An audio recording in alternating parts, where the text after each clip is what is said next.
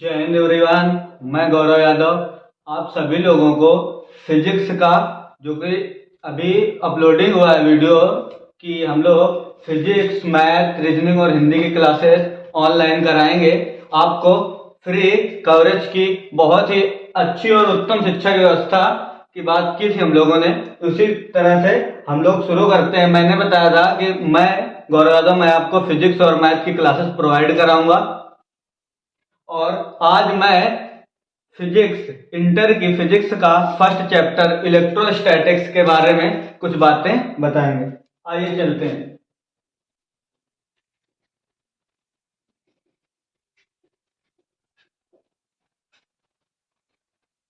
Physics physics की हम यहाँ पर फर्स्ट चैप्टर जो है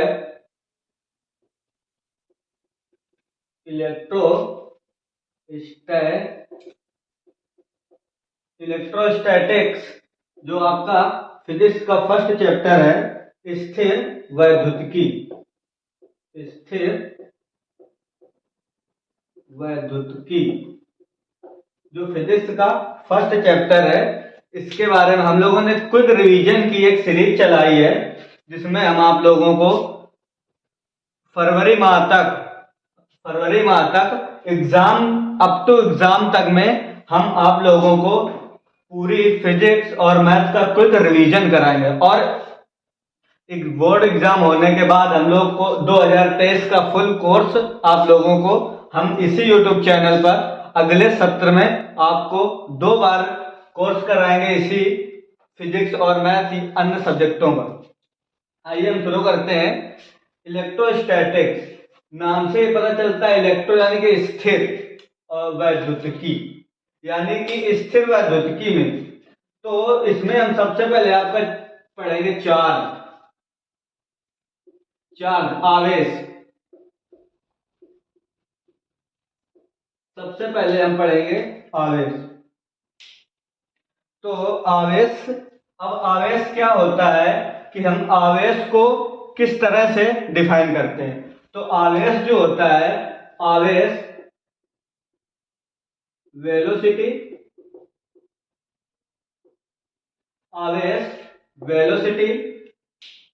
अगर आवेश, अभी हम लोगों ने कहा स्थिर वैद्युतिकी यानी कि इस स्थिर वैद्युतिकी में जो आवेश है ये आवेश स्थिर है। अगर इस आवेश स्थिर आवेश यानी कि स्थिर होने की वजह पे जो इसका वेग है यानी वेलोसिटी यानी कि वेग, इसका जो वेग है वो क्या है, शून्य। अभी ये स्थिर का मतलब क्या होता है कि ये एक हिसाब से देखा जाए स्थिर मतलब रुका हुआ है एक जगह, और एक जगह रुका हुआ का मतलब ये अपनी एक मूल अवस्था पर है, अपनी मूल अवस्था पर है। मूल अवस्था में होने, यदि हम कह दें कि आवेश v वेलोसिटी से गतिमान है। यदि हम आवेश को v वेलोसिटी से गतिमान दिखाएंगे तो आवेश पे हमें वैद्युत क्षेत्र, क्योंकि स्थिर आवेश पे हमें वैद्युत क्षेत्र प्राप्त होता है। वैद्युत क्षेत्र इंग्लिश में बोलते हैं इलेक्ट्रिक फील्ड।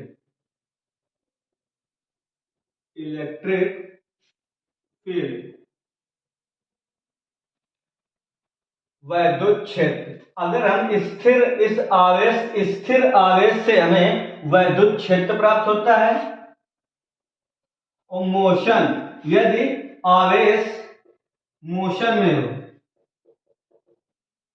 यदि आवेश मोशन पे होता है तो हमें इस पर वैद्युत आवेश, वैद्युत क्षेत्र और मैग्नेटिक क्षेत्र यानी चुंबकीय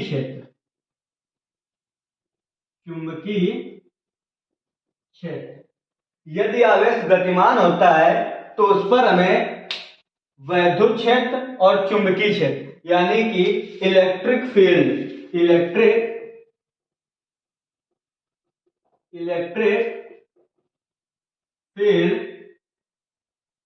electric field and magnetic field,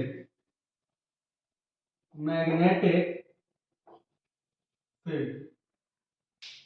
हम लोगों ने क्या पढ़ा? इलेक्ट्रोस्टैटिक्स, स्थिर वैद्युतिकी।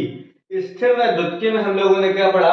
आवेश, आवेश का स्थानांतरण। आवेश रुका हुआ है एक जगह। हम लोगों ने आवेश के बारे में क्या पढ़ा कि अभी मैं आवेश के बारे में आपको और अच्छे से जानकारी, डिटेल्ड जानकारी दूंगा, आगे बने रहिए हमारे साथ।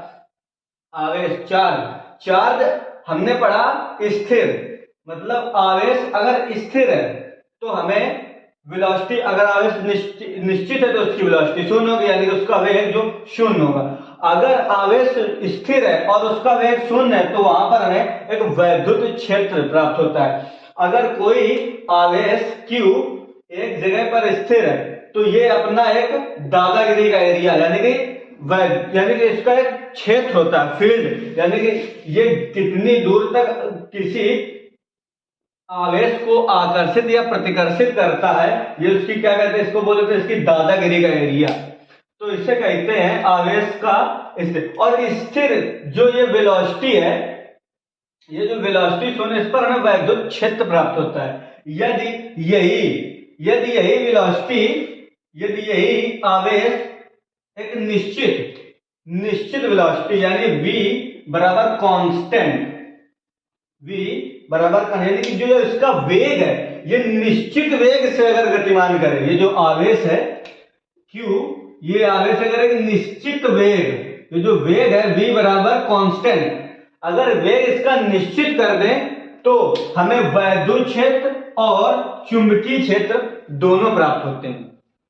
यदि हम इसी वेग को निश्चित कर दें तो हमें वैद्युत क्षेत्र, चुंबकीय क्षेत्र दोनों प्राप्त होते हैं। और अब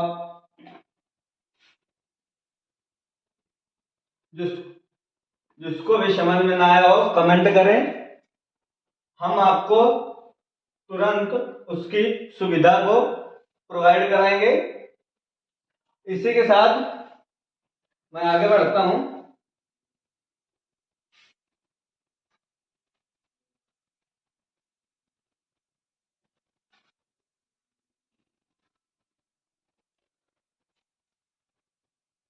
या थोड़ा बहुत भी कुछ छोटा हो, वीडियो रिवर्स करके एक बार फिर से देख लें। हमने अभी पढ़ा कि यदि आवेश स्थिर हो, हमने पढ़ा आवेश स्थिर हो v बराबर 0, यदि यही आवेश v बराबर c यानी कांस्टेंट वेलोसिटी से गतिमान हो। अब हम इसको, यदि आवेश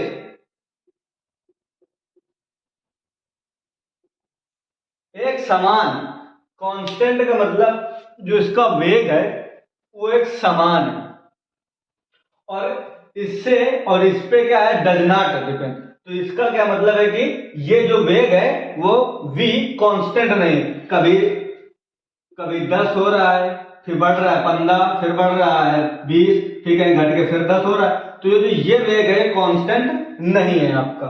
तो आगे से हम लोगों ने देखा कि अगर वेग स्थिर है आवेश तो यहां पर हमें वैद्युत क्षेत्र प्राप्त होता है, वैद्युत क्षेत्र। यदि आवेश गतिमान है तो वैद्युत क्षेत्र और चुंबकीय क्षेत्र।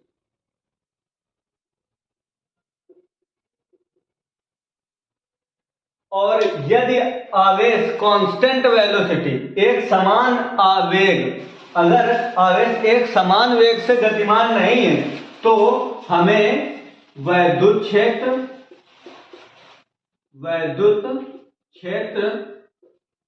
चुंबकीय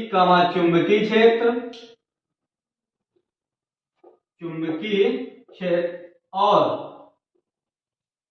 इलेक्ट्रोमैग्नेटिक वेव यानी कि वैद्युत चुंबकीय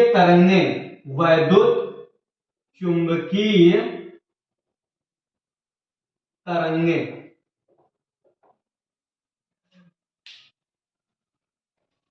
यदि आवेश v वेलोसिटी यानी इसका आवेश शून्य हो, स्थिर हो, जिसकी हम बात कर रहे हैं स्थिर वैद्युत की, अगर आवेश स्थिर है तो उसका वेग अगर शून्य है तो आवेश स्थिर होगा, तो उस पर वैद्युत क्षेत्र प्राप्त होगा, यानी कि इलेक्ट्रिक फील्ड। मैं इंग्लिश में बोले दे रहा हूं क्योंकि लिखने में काफी टाइम लगा और हमें रिवीजन क्विक करना है। वैद्युत क्षेत्र। और यदि आवेश v वेग से, यदि आवेश v कांस्टेंट वेग यानी कि एक समान वेग कि अगर 10 से वेलोसिटी है तो उसका वेग 10 है तो 10 ही से वो लगातार आगे बढ़ रहा है, तो v कांस्टेंट वेग से यदि आवेश बढ़ेगा तो उसमें वैद्युत क्षेत्र और चुंबकीय क्षेत्र प्राप्त होगा। और इसी प्रकार यदि अगर उसका वेग कांस्टेंट ना हो, जैसे मैंने अभी बताया कि 10, 5 या 20 या उससे कम ज्यादा होता रहे, तो वहां पर हमें वैद्युत क्षेत्र यानी कि इलेक्ट्रिक फील्ड और चुंबकीय क्षेत्र, मैग्नेटिक फील्ड और वैद्युत चुंबकीय तरंगे, इलेक्ट्रोमैग्नेटिक वेव्स, ये इसे लिख देते हैं इलेक्ट्रोमैग्नेटिक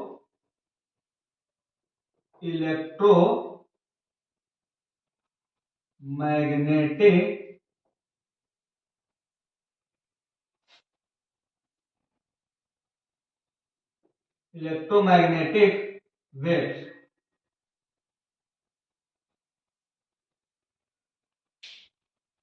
तो हम लोगों ने आवेश का किस तरह से स्थिर वैद्युतिकी में समायोजन है या इसका क्या महत्व है, इसको हम लोगों ने समझ लिया है। अब हम लोग क्या करेंगे कि आवेश कितनी प्रकार का होता है, आवेश कैसा होता है और आवेश की क्या क्या स्थितियां होती हैं, इसके बारे में आगे जानेंगे। तो आवेश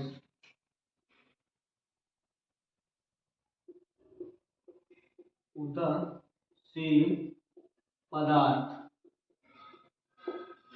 यदि हम किन्हीं दो उदासीन पदार्थों को आपस में रगड़ते हैं तो हमें आवेश प्राप्त होता है।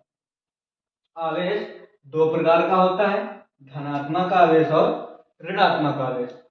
अब हम इसी उदासीन पदार्थ को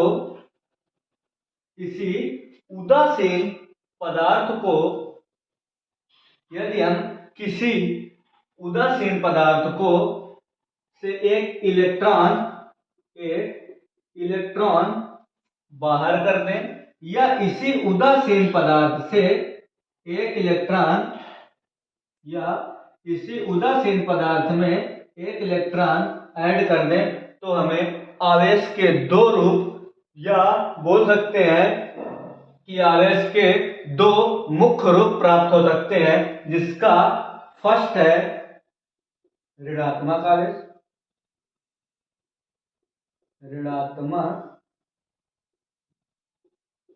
आवेश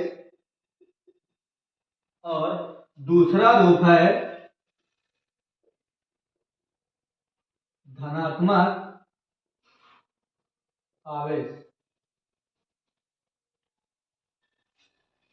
यदि हम इसी उदासीन पदार्थ से इलेक्ट्रॉन बाहर कर दें तो धनात्मक आवेश, और यदि हम इसी उदासीन पदार्थ में इलेक्ट्रॉन ऐड कर दें तो हमें ऋणात्मक आवेश प्राप्त होता है। यानी कि उदासीन पदार्थ इलेक्ट्रॉन को ऐड कर दें, उदासीन पदार्थ से इलेक्ट्रॉन बाहर कर दें तो हमें धनात्मक आवेश प्राप्त होता है, और इसी उदासीन पदार्थ में यदि हम एक इलेक्ट्रॉन बाहर कर दें, इसी उदासीन पदार्थ में एक इलेक्ट्रॉन ऐड कर दें यानी कि जोड़ दें, यदि उदासीन पदार्थ में इलेक्ट्रॉन को हम जोड़ देंगे तो हमें ऋणात्मक आवेश प्राप्त होता है, और यदि उदासीन पदार्थ में हम इलेक्ट्रॉन को एक परित्याग कर दें, एक इलेक्ट्रॉन को बाहर कर दें तो हमें धनात्मक आवेश मिलता है। और जो हमारा उदासीन पदार्थ होता है इस पे प्रोटॉन और इलेक्ट्रॉन समान संख्या में पाए जाते हैं, इसी वजह से अगर एग्जाम में क्वेश्चन आता है कि उदासीन पदार्थों में प्रोटॉनों और इलेक्ट्रॉनों की संख्या ज्ञात कीजिए, तो ज्यादातर जो विद्यार्थी होते हैं, जो बच्चे स्टूडेंट्स होते हैं, वो क्या करते हैं कि ये उदासीन पदार्थ जो देखते हैं कि उदासीन लिखे, यानी कि इस पर से कोई आवेश ही नहीं है, तो बच्चे गलती क्या करते हैं, जैसे हमारा एग्जाम्पल है 2He4,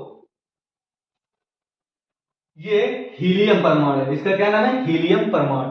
2 ये जो है आपकी परमाणु क्रमांक या प्रोटॉनों की संख्या, P से प्रोटॉन, E से इलेक्ट्रॉन, इसे हम बोलते हैं परमाणु क्रमांक या प्रोटॉनों की संख्या, और इसे बोलते हैं द्रव्यमान संख्या।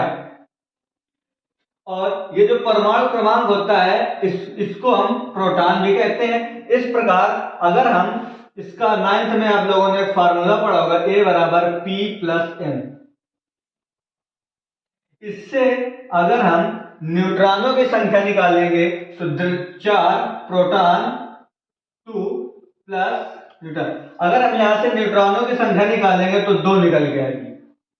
ये न्यूट्रॉन ये दर्शाते हैं कि इस नाभिक पे, इस हीलियम नाभिक में जितने प्रोटॉन हैं उतने इलेक्ट्रॉन हैं और उतने ही न्यूट्रॉन हैं। ये हीलियम नाभिक में क्या दर्शाते हैं कि इस पे जितने ही प्रोटॉन हैं उतने ही इलेक्ट्रॉन हैं।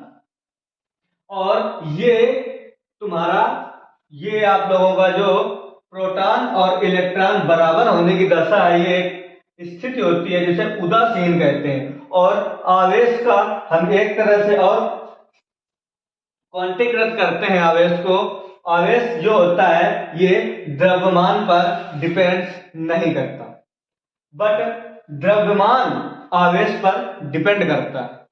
बट द्रव्यमान जो होता है वो आवेश पर डिपेंड करता है।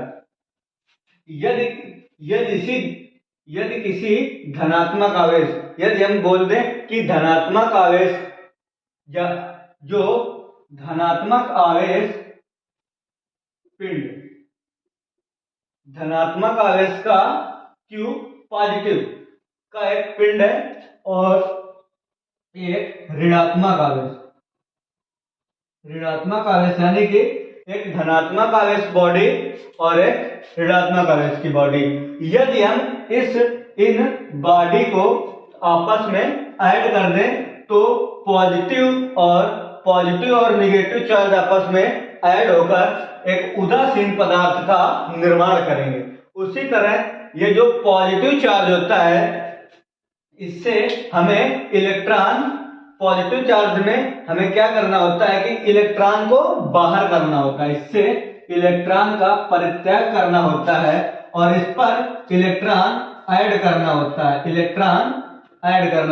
तो इससे हमें क्या पता चलता है, जो इलेक्ट्रॉन हम इस पे ऐड कर निकालते हैं तो इलेक्ट्रॉन का जो द्रव्यमान होता है, इलेक्ट्रॉन का द्रव्यमान,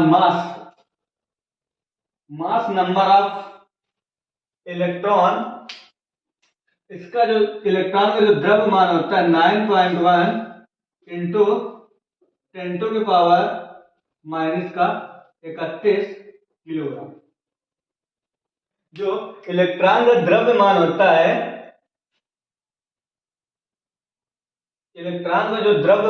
है, वो 9.1 इंटू 10⁻31 होता है। और इस इलेक्ट्रॉन के द्रव्यमान को, अगर एक इलेक्ट्रॉन इससे कम होगा तो इतना किलोग्राम मास इससे निकल गया। अब इससे इतने किलोग्राम मास निकल गया तो जो इसका मास का साइज होगा वो ऋणात्मक वाले मास से, अब इस पे हम एक इलेक्ट्रॉन इस पे ऐड कर देंगे, जो इसका मास का साइज होगा वो धनात्मक आवेश के मास के साइज से ज्यादा होगा। यदि इसका कैपिटल M द्रव्यमान, जब पिंड धनावेशित था, जब पिंड उदासीन था, इस पर कोई आवेश नहीं था, यदि इसका द्रव्यमान M है और उदासीन होने के बाद जो इसका द्रव्यमान होगा वो पहले के द्रव्यमान का, या इस तरह करते हैं कि जो पहले का उदासीन का द्रव्यमान है वो कैपिटल M है और धनात्मक आवेश का द्रव्यमान m डैश है। जो पहले का द्रव्यमान होगा वो ज्यादा होगा, जो पहले का द्रव्यमान है वो ज्यादा होगा बाद वाले द्रव्यमान। बाद वाले जो उदासीन पदार्थ का द्रव्यमान होगा, जो उदासीन आवेश का द्रव्यमान, उदासीन पदार्थ का जो द्रव्यमान होगा वो धनात्मक आवेश के द्रव्यमान से ज्यादा होगा, क्योंकि एक इलेक्ट्रॉन बाहर निकल जाने से उसका जो इलेक्ट्रॉन पर जो मास होता है वो मास इलेक्ट्रॉन अपने साथ बाहर ले जाता है। और इसी प्रकार इस पे हम जो नंबर ऑफ मास होगा उदासीन पदार्थ का m, उदासीन पदार्थ का नंबर ऑफ मास इस पे m, और जो ऋणात्मक पदार्थ का मास है m डैश उससे कम होगा। जो उदासीन पदार्थ का, जो उदासीन पदार्थ का द्रव्यमान है वो इस वाले मास से ज्यादा होगा, क्योंकि जो उदासीन पदार्थ का द्रव्यमान है वो इस पे एक इलेक्ट्रॉन ऐड कर दिया है। उस इलेक्ट्रॉन ऐड होने पर, उदासीन पदार्थ पर इलेक्ट्रॉन ऐड होने पर उस पर इलेक्ट्रॉन 9.1 इंटू 10⁻31 किलोग्राम द्रव्यमान ऐड होने पर इसका जो द्रव्यमान होगा वो, इसका ऋणात्मक आवेश का जो द्रव्यमान होगा वो उदासीन पदार्थ के द्रव्यमान से ज्यादा होगा। इसी के साथ जय हिंद दोस्तों। अब हम नेक्स्ट क्लास में इसके आगे का प्रोसेस करेंगे।